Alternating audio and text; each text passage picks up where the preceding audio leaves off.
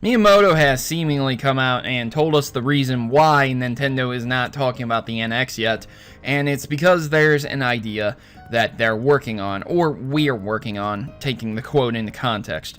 So what does this mean? Well, let's go ahead and talk about this. Speaking to members of the Associated Press via GameStop, my references come from Shack News, you can take the link in the description below.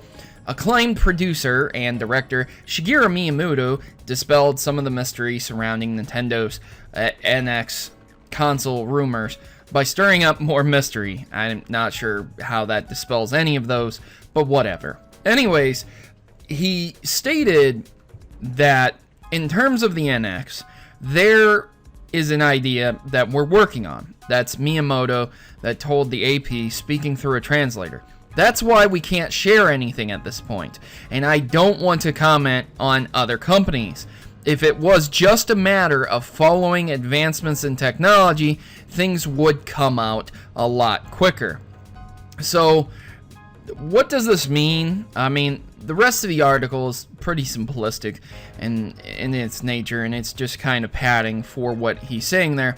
But what does this mean for Nintendo? So a lot of people are very upset at Nintendo's constant gimmick ideas, but there are a few things I want to talk about. Okay, so the reason that Nintendo succeeded so successfully in the 80s was because of their lockdown, draconian DRM policies on how if they published a game through Nintendo, if a developer published a game through Nintendo, they couldn't do it for another service. If Nintendo was to be sold at a certain place, something else couldn't be sold there as well. A lot of grimy business practices that weren't good for the consumer. But Nintendo did come and stop the whole bullshit that was happening with the video game crash of 1983, how there were multiple games, people confused about all kinds of stuff, what game system was what game could be played on what. There was a lot of issues, not only with that, but just a lot more issues. I'm not going to go into the whole thing about it, but back then, that is why they were so successful. They were very successful with the Super Nintendo again, because it just came down to specs, bit wars. Who had the better system? As the Sega's campaign started, flinging mud at Nintendo, talking about blast processing. We have the speed, you don't. We're edgier, we're cooler, and Nintendo was the more family-friendly console, which ultimately I personally feel that the Super Nintendo was the better console just due to the great games that came out on it. Not saying that Sega didn't have amazing games, it did. It was just a very underpowered console in comparison, and thus the game quality kind of suffered on Sega's side a lot of the time. That's not 100% true, it's just a very subjective opinion. Now, going forward and looking at the Nintendo 64 and the failure to adapt a CD system early led to the failure of the Nintendo 64 versus the Super Nintendo. Not Super Nintendo, but versus the PlayStation. And the Super Nintendo did do much better than the N64, subjectively speaking here, in terms of its success all on its own. And if Nintendo had adopted the idea of using CDs a lot quicker and faster than rejecting it out of fear of piracy, they wouldn't have had such a rough time versus Sony. Also, they shouldn't have fucked Sony over either, but hey, that's a completely different other subject, again, upon how the damn PlayStation ended up being created anyways. Also, looking at the GameCube, Nintendo took the stance that we're not going to be super gimmicky here, unless you count mini discs as a gimmick, but that I feel like that was just more anti-piracy. And versing the PlayStation 2 and Xbox, the GameCube didn't do the best because, once again, if Nintendo had incorporated a DVD player, a normal CD DVD technology, it would have worked out a lot better for them because everybody wanted a DVD player. It was the new form of technology. No more VHS tapes. Fucking awesome. And I'll tell you, almost everything that a VHS did is way worse than a DVD player. I think the only thing better that a VHS can do is fast forward through anything, no matter what, but you still have to rewind the tape also. It's a tape. It dies. It has less of a lifespan than what a, disc would have. And all of these things, looking back, you can see that if Nintendo had adopted the technology, if Nintendo had taken the idea and used it, they would have been 10 times more competitive. They got the edge with the Wii, and they sold so many because they took that idea and they ran with it. Now, a lot of people will say, oh, well, what about the Wii U? It failed. Yeah, but look back at the Virtual Boy. That was an idea they took and ran with it, and it did not work out. Take a look at the Wii U. That's tablet idea, touch controls, touchscreen. That's an idea they took and ran with it, and it failed. Even though that idea there is very successful, and even though the virtual reality is being very successful these days.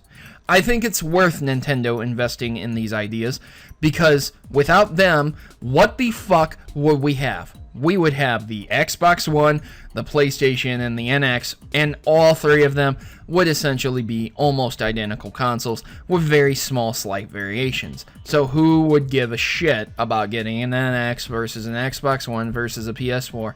The uniqueness of the consoles keep them being consoles. At that point in time, if they were all the damn same, you should have just bought a PC, waited a couple generations to play the newest Nintendo titles, and just emulate the fuck out of the consoles, because they're all the goddamn same thing. But here, currently, we have the Xbox becoming a more streamlined PC box to allow you to play your games not only on PC, but also on Xbox, get free copies of the same game, and stream them back and forth. Also, with the addition of keyboard and mouse support coming soon, and many other things like backwards compatibility. Then you have PlayStation that puts an emphasis on streaming and puts an emphasis on exclusive titles. They have the portability, moving on the go with your portable system, playing games anywhere you want with PlayStation Now, and that's also great, wonderful. And they also have virtual reality coming as well. So good, cool, that distinguishes them. And then we have Nintendo, which we have no idea what they're doing. But if they just sat there and conformed and fell in line with the other two, oh, you could stream your games to Windows 10 and we're doing virtual reality. How many people would be like, oh, okay, what third-party games developers do you have for it? You know? No one. No one, because they all went over to Xbox and PlayStation and they all do the same thing. What would be the point in buying the NX if it did the same exact shit as the Xbox One and PlayStation 4? What would be the point?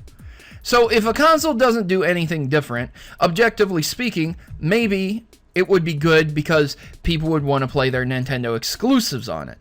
But other than that, there's no variation, there's no difference.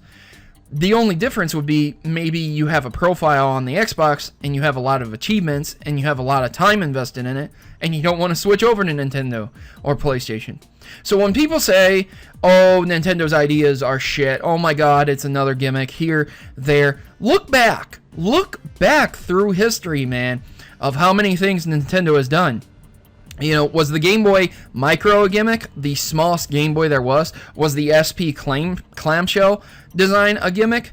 You know, was the Wii a gimmick with its motion control? Granted, a lot of people didn't like that, and a lot of hardcore gamers don't like it now, but it did make Nintendo extremely successful at what it did. And even admittedly, from me, they have some very fun games that are on motion control. You know, is the Nintendo NES a gimmick? You know, at the time, we hadn't seen a console like that. So, would what they had done with that be a gimmick? All of these are good questions that need answered from the people who are very, very hard-hitting, very against Nintendo, and they have yet to see what Nintendo can do with the NX. Hopefully, we'll see some interesting, high-resolution, and fun first-party games. Zelda itself is looking to be one of the best launch titles that you could get on the NX, and I can't wait to play it personally. So, ladies and gentlemen, don't forget, gimmicks are what improve the industry. Gimmicks are what make the industry great, and gimmicks are also what kills the industry at times. It's just differentiating between which ones work and which ones don't. I've been your host, Protomario, and I'm signing on. As always, ladies and gentlemen, good gaming, and God bless.